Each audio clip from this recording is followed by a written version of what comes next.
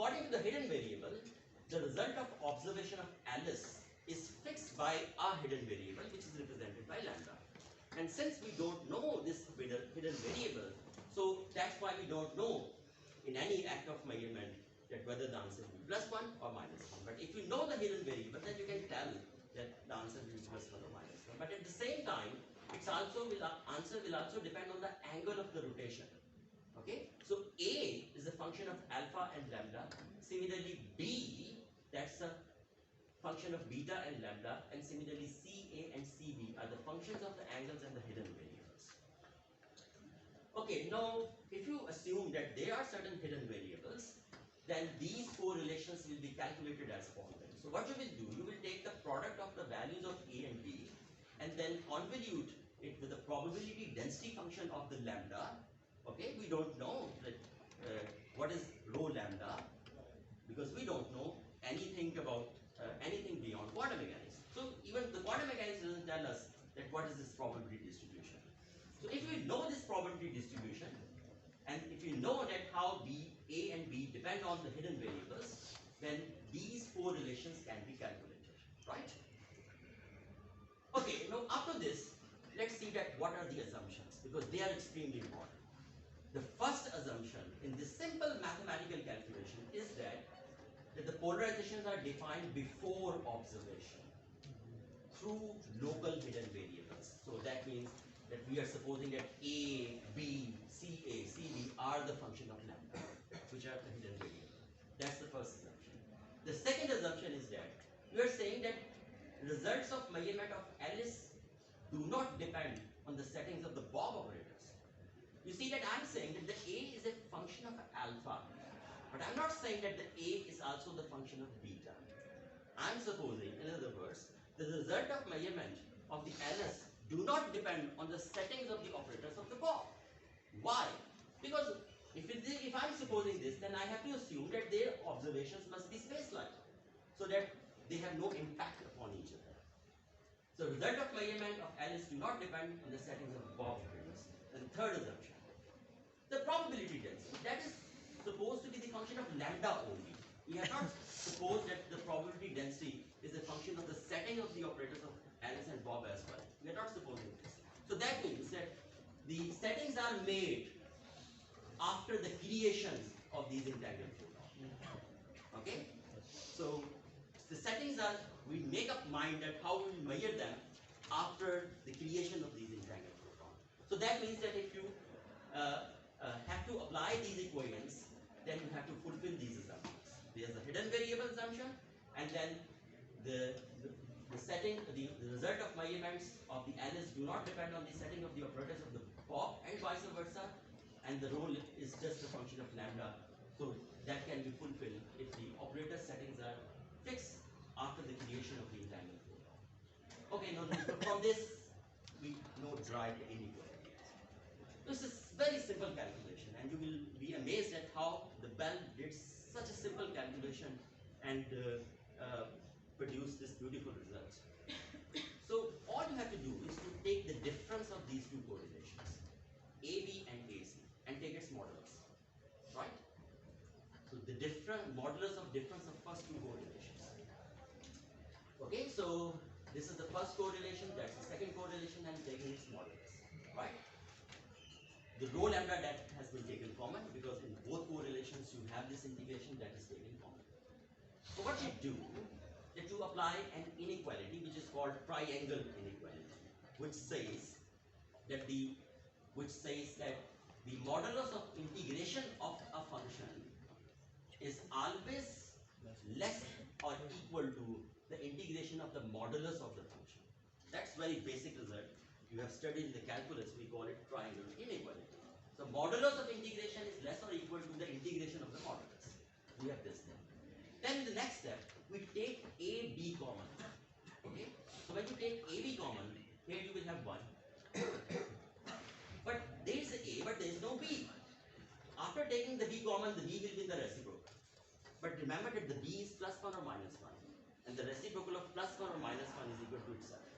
So that means that after taking the B common, they will be reciprocal of B, but it will be going from denominator to numerator. So you get this thing. apply this modulus on the first factor and the second factor. So there's no need to apply the modulus on the first factor because the product of the first factor, the modulus of, I'm sorry, you will apply the modulus on the first factor, but it will always be plus 1. Okay, the modulus of the product of A and B is always plus 1 because either the product will be plus 1 or it will be minus 1. So when you will take its modulus, the answer will always be plus 1. So just remove this. So the modulus need to apply over here. But you also remove it because you find that this is always positive. Why? Because the product of B and C is either plus 1 or minus 1. And if it is plus 1, then this difference is 0. And if it is minus 1, then this difference is 2. So this difference is always positive. So you don't have to apply the modulus here as well. So you end up with this result. Now since this probability is normalized, so its integration will be 1. And then you are left with the correlation of BC. So what we have shown here with this simple arithmetic, that the modulus of the difference of these two correlation is less than 1 minus the correlation of C and B. This is called Bell's inequality. Okay? Now you see, this is extremely important that in whole calculation we have never assumed how the rho is depend on the lambda. So that means that whatever the probability distribution you assume, or whatever the function of A and B you assume, how they are the function of hidden variables, it doesn't matter. Okay? This relation should always be satisfied. So this relation is the outcome of only 3 assumptions. First of all, they are the hidden variables, which means the result of observations are defined before the act of measurement. Second, the result of measurement of the Alice do not depend on the settings of the Bob. And the third one, that the rho is a function of lambda only, which can be ensured if you suppose that the settings of the operators are fixed before and after the creation of the photon. Because once the photons are created, then they will be created with a certain probabilities. So the settings of the operators should be made after that. So if you ensure these 3 conditions, then this inequality should be satisfied. Okay, so before we see that what's the experimental status, let's see what quantum mechanics tells us about it. You have already seen that this correlation is cos of 2 alpha minus beta. So if I just take the left hand side of the Bell's inequality, which is AB minus AC modulus plus CB, and the Bell's inequality says that it should be less than 1, less or equal to 1, then look at this. This AB is equal to cos 2 alpha minus beta. This AC is cos 2 alpha minus gamma, and this CB is cos 2 gamma minus beta. So let's make a choices of the angles. Suppose that the gamma is 0, beta is 30, and alpha is 60 degrees. And just put these angles here. What you will find that quantum mechanics tells us that this sum is 3 by 2, not less than 1. So that means that the quantum mechanics says that this can be greater than 1. Whereas the hidden variable interpretation said us that this should be less than 1. So that was the Bell's work. He gave us a method through which we can experimentally test that whether the hidden variable interpretation is correct or the Copenhagen interpretation is correct. Meaning they are hidden variables or they are no hidden variables. That can be tested experimentally by just measuring these correlations and measuring this quantity, and if we find that it is always less than 1, then it means that the Bell's inequality is satisfied and hidden variables do exist. And if it can be greater than 1, then it means that there are no hidden variables, right?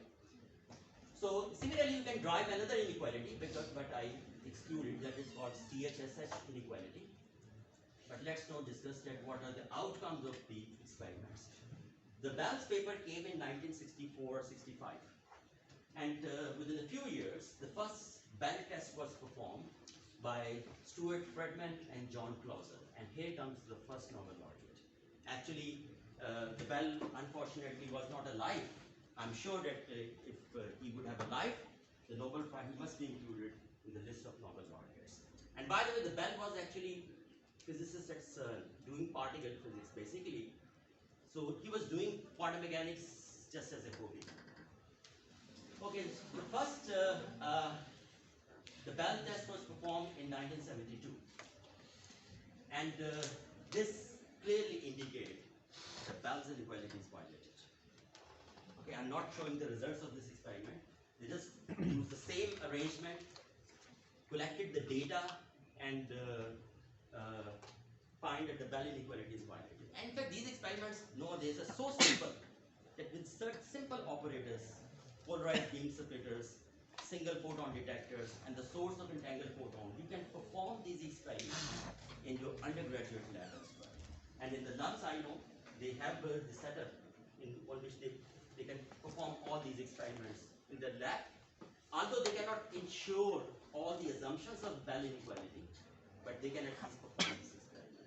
So the first experiment was performed in 1972, and that was performed by Fredman and Clauser. And there's an interesting story. When the Clauser got the results, by the way, the Clauser was in California University, the same university in which the Feynman was also working.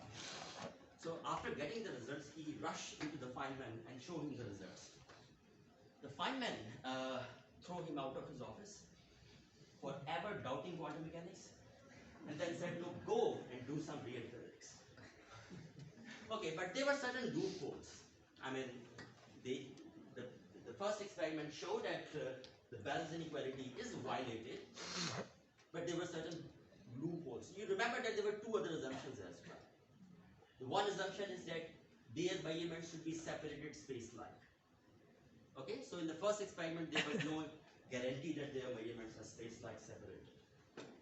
And the second is that the settings of the operators should be decided after the production, before the production, after the production of the photon. So this was also not ensured.